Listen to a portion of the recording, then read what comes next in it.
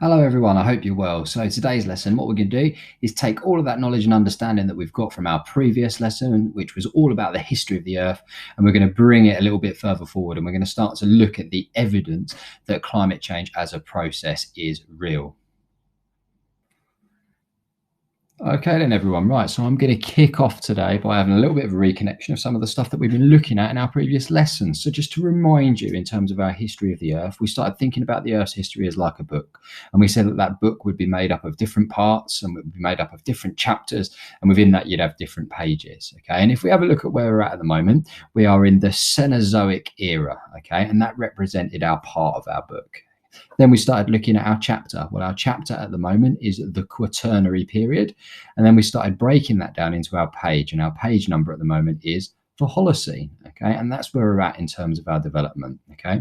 Now, based on that, we talked a little bit about what it meant to be in the Quaternary age. And the Quaternary age is an ice age. Okay. So believe it or not, even though we are in the Holocene, we are still in an ice age. And we said that because we've still got ice that's on the land. Now, on the back of that, we also said that we get circulations of different periods. So we get glacial periods and we get interglacial periods. And we use this graph to kind of highlight that, where you've got the thousands of years running along the x-axis, you've got the temperature variations running along the y-axis. And you can see here that this is where temperatures on average on the planet are slightly warmer, which brings us into an interglacial period, which means that the ice is melting on the land and flowing into the oceans. But then we also get these glacial periods, and these glacial periods are the times when we've got more snow and more ice accumulating on the land because temperatures are colder.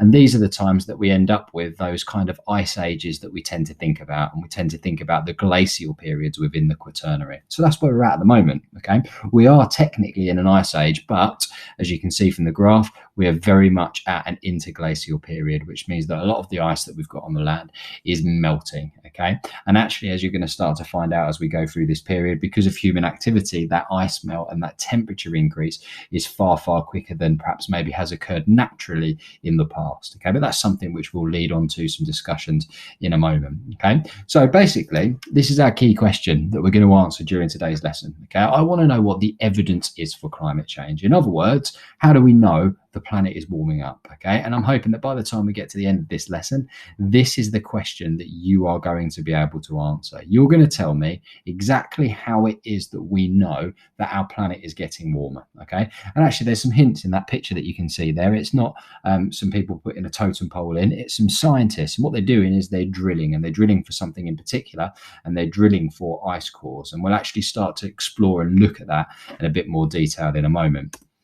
So I said this to you last lesson, that we needed to be more Greta and be less Trump. Okay, remember, Trump as a person doesn't really believe that climate change as a process is real. What we're going to do today is we're going to use scientific evidence, just like Greta Thunberg would, in order to be able to back up that actually it is real and it is happening. Okay, and we're going to start to draw that evidence together just to make sure that we know that that is very much the case. So the first thing that we need to know is we need to know what evidence have we got out there that climate change is real. So you're going to do a piece of active viewing for me now. I want you to have a piece of paper or have your Google document open in front of you. And what I would like you to do is to watch this video. It's not all going to be relevant to it. It's going to talk about a process which is called the greenhouse effect. Now, we haven't studied the greenhouse effect yet. You may have looked at it in science, but it's coming in about 2 lessons time. Okay, but it gives you a little bit of a flavour of what the greenhouse effect is ready for that lesson.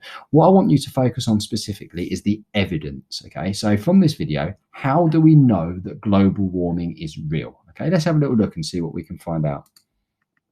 For 2.5 million years, the Earth's climate has fluctuated, cycling from ice ages to warmer periods. But in the last century, the planet's temperature has risen unusually fast, about 1.2 to 1.4 degrees Fahrenheit.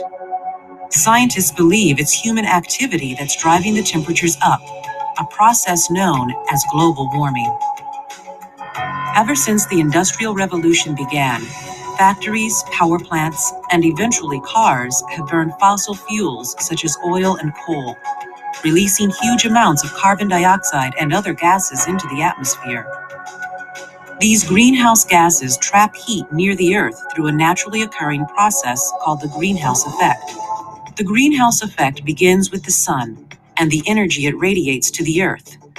The Earth and the atmosphere absorb some of this energy, while the rest is radiated back into space. Naturally occurring gases in the atmosphere trap some of this energy and reflect it back, warming the Earth. Scientists now believe that the greenhouse effect is being intensified by the extra greenhouse gases that humans have released. Evidence for global warming includes a recent string of very warm years. Scientists report that 1998 was the warmest year in measured history, with 2005 coming in second. Meanwhile, readings taken from ice cores show that the greenhouse gases carbon dioxide and methane have hit their highest levels in the past 420,000 years. Arctic sea ice is also shrinking. According to NASA studies, the extent of Arctic sea ice has declined about 10% in the last 30 years.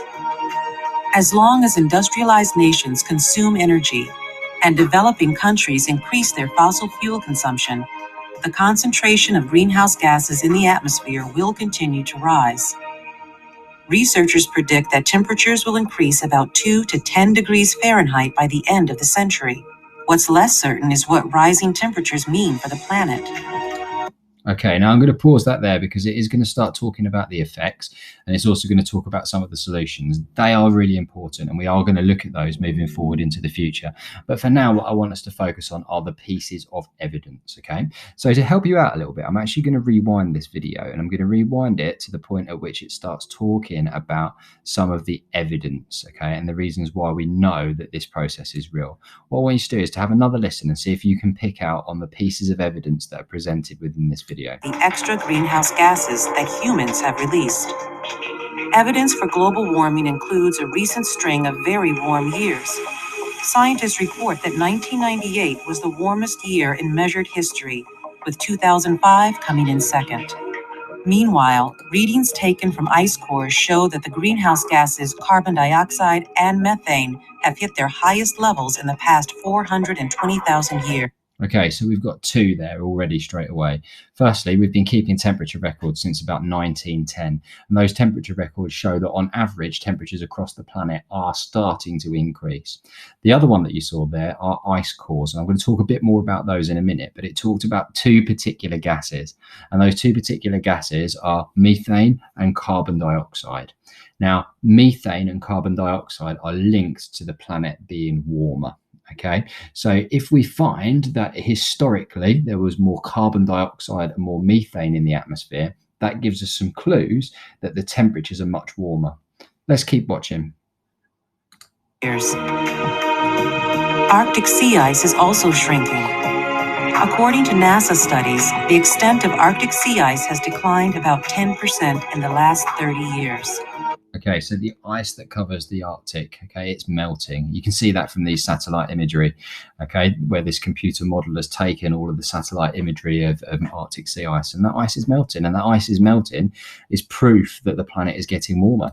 As long as industrialized nations consume energy and developing countries increase their fossil fuel consumption, the concentration of greenhouse gases in the atmosphere will continue to rise. Okay, right, let's pause it there then. So from that, we've got basically three pieces of evidence. Temperature records are showing that temperatures on the Earth are getting warmer. We've got glaciers which are melting, okay, and the shrinking packs of Arctic sea ice. Then we've got our third point, and our third point that we've got there is very much down to ice cores, which is something which we're going to watch another video to find that little bit more about, okay? So here is a starting point, okay? And what I would like you to do is I'd like you to get this down. So pop a little subtitle in your notes which says, how do we know that the Earth's climate is changing? And let's put this as your first bullet point. Pop down there temperature records, okay? If you need to pause this, pause the video and come back to it. But as I said earlier, temperature records go back to about 1910. And these temperature records show that there has been an increase in the overall average temperatures across the globe, okay? So there's our first piece of evidence. Pause the video if you need to, get that down into your notes. Secondly, then, we've got ice cores, okay? Now, ice cores can give us some clues as to what the past looked like in terms of the atmosphere. Because when ice freezes, it freezes all of the gases that are in the air at that particular moment in time. So, for example, if I were to go up to Antarctica now and I were to pour some water on the ground and that water was to freeze, it would freeze a new layer of ice and it would trap the gases that are in the atmosphere at that given moment in time.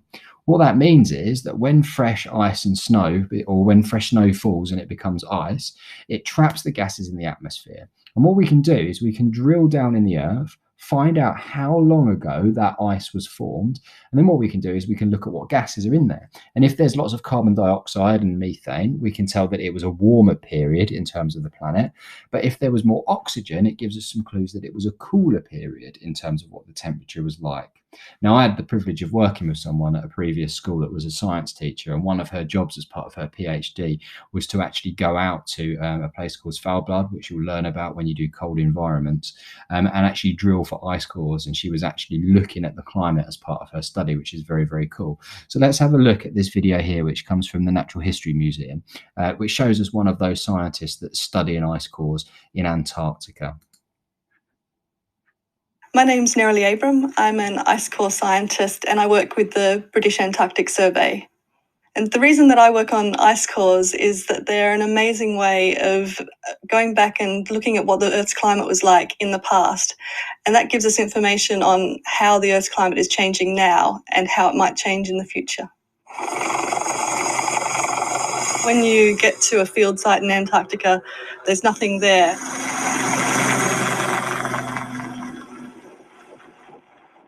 The people who go to Antarctica and do these sorts of jobs are scientists, but once you get into the field, you're pretty much everything. So you need to build your camp, you become a carpenter, you become an electrical engineer, you're a cook. You have to be able to be very self-sufficient to make the project a success. The drill works on a winch. So when we lower the drill down, we drill about 1.5 meters of ice, and then we bring that to the surface, and we lower the drill back down again and drill the next 1.5 meters of ice. And we keep on repeating that process over and over again until we reach the bottom of the ice sheet. When we drill down through the ice sheet, we're drilling further and further back in time. We drilled an ice core that was 364 meters long, and the ice that we recovered from the bottom of that ice core is over 20,000 years old. This is a part of Antarctica where climate is changing really quickly at the moment, and the temperature has warmed by over 2 degrees in the last 50 years. We're seeing glaciers flowing faster than they have in the past. Ice shelves are collapsing. When we cut open the ice, we can see these bubbles of ancient atmosphere that have been trapped inside the ice ever since it formed over Antarctica. And we can actually measure the composition of that ancient atmosphere. And it's through measuring the greenhouse gases from the bubbles in ice cores that we get this clearest link between what the temperature of the Earth has been like in the past and the... Okay, so what she's saying there is when we look at the gases that are in those bubbles, if we see more gases, which are called greenhouse gases, like carbon dioxide and methane, they tell us that it's been warmer in the past. Concentration of greenhouse gases in the atmosphere. And that allows us to have a better understanding of how the climate is changing now and how it might continue to change in the future.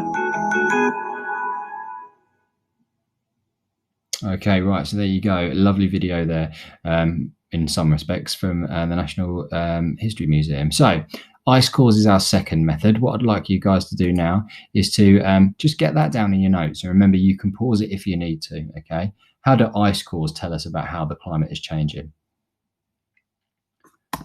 Okay, the other one, or the other way that we can tell, is actually very similar to ice cores. It's called ocean sediments. So when sediment settles on the seabed or the ocean floor, oxygen and other gases are preserved, and that can also give us some clues as to what the climate is like. So it's pretty much exactly the same as the ice cores, except it is dirt and sediment and rocks that are settling, and as they settle, they trap gases within the rocks or within the pieces of sediment, and we can actually go down, look at how old the rocks are, or have a look at how old the sediment is, and then we can see what gases were in there, and if there are higher concentrations of greenhouse gases, then it tells us that it would have been a lot warmer at that period of time. Okay, same again. If you need to pause this, pause it, get down some information about ocean sediments.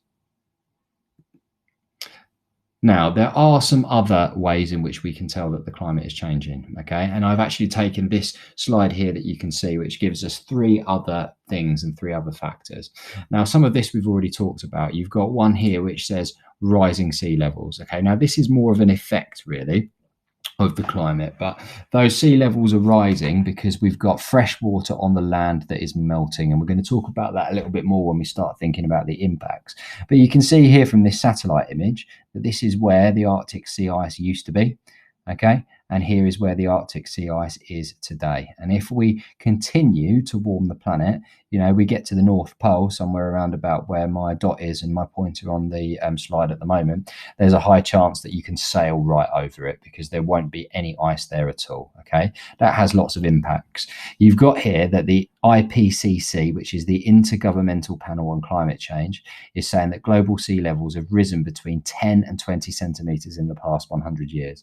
Now, that might not seem like much, okay, but it is quite significant. And we're going to talk about the 2 processes that we've got here, okay, sea level rise and also something called thermal expansion when we start thinking about the impacts of it.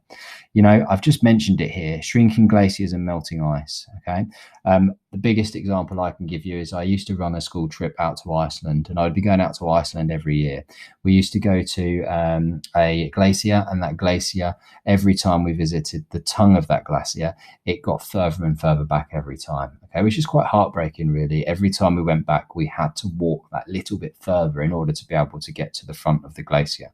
There is some irony in that. Obviously, we flew to Iceland, which uses lots of fossil fuels in order to be able to get there, which is actually creating the problem, I guess, that we were experiencing when we were there. But it's still quite sad to see, okay? There's a little fact there that says the Arctic sea ice has thinned by 65% since 1975. Okay, that's colossal, isn't it? Okay. We've also got seasonal changes. So it's saying here that studies have suggested that the natural seasoning events such as trees flowering and birds migrating is advancing. So studies into bird nesting in the 1990s discovered that 65 species of nesting birds on average 9 days earlier than in the 1970s. So it could be, and we don't know for certain because it will depend on sort of weather fluctuations over the course of a year. Remember, there is a difference between weather and climate, but it could be evidence that the world is warming. Okay, what I would suggest you do now then is, if you haven't done so already, just get down your 3 next bullet points about shrinking glaciers, rising sea levels, and seasonal changes. Okay, and some of these, particularly the shrinking glaciers and rising sea levels, are things that we're going to tackle in that little bit more depth when we start to look at the impacts and the effects of climate change. So here is our question: how do we know that the planet is warming up? Okay, well, what I want you guys to do, if you haven't done so already, is to create a little table, okay, and this is going to be a summary table where you've got evidence. So these are my pieces of evidence that I've got, okay, and there are more pieces of evidence than this. You've got temperature increases, ice cores, ocean sediment, and then I've put here your choice, because there are lots of other pieces of evidence. I want you to pick a piece of evidence. And then what I would like you to do is I'd like you to try and do it using your notes or using what you've listened to within this video to jot down for me an explanation. So this is what temperature increases show. Since 1910, we've kept temperature records. These have shown an increase in temperature over time. That's my explanation of how temperature increases can tell us that the planet is warming up. So ice cores is my next one. Give me your own explanation of how ice cores can tell us how the temperature is increasing. Then do the same for ocean sediment. And then what I'd like you to do is to pick one of your choice. So go out there and pick a particular explanation or a particular piece of evidence that we've got, and give yourself that time in your Google document or your notes to be able to do that. So that will help us to answer that key question: how do we know the planet is warming up? And ultimately, I'll be able to tell that you know how the planet is warming up because you'll be able to answer that particular question. What I'd like you to do then is to write your answer. Okay, and what I've done is I want you to take the information that we've looked at within this particular slide or within this particular video, and I just want you to put it into a paragraph. I've put here some sentence starters to help you out. We know that the planet is warming up because, then you give your first piece of evidence, then you give your second piece of evidence, and then you give your third piece of evidence. So basically what I'd like you to do once you've done your table is to use that table in order to be able to create your paragraphs to explain how we know that the planet is warming up. Okay, so you've got a couple of tasks there to get cracking on with. If you need to rewind the video, rewind it. If you need to pause it at this point, of course, pause it. Okay, that's the beauty of doing this over a video. Okay, then, everyone, that's it for this week. Next week, we'll be starting to move our thinking on to look at both the physical and the human causes of climate change. Okay, and then we'll start to look at a 9-mark style question where we can balance up the human and physical causes of climate change. In the meantime, have a great week.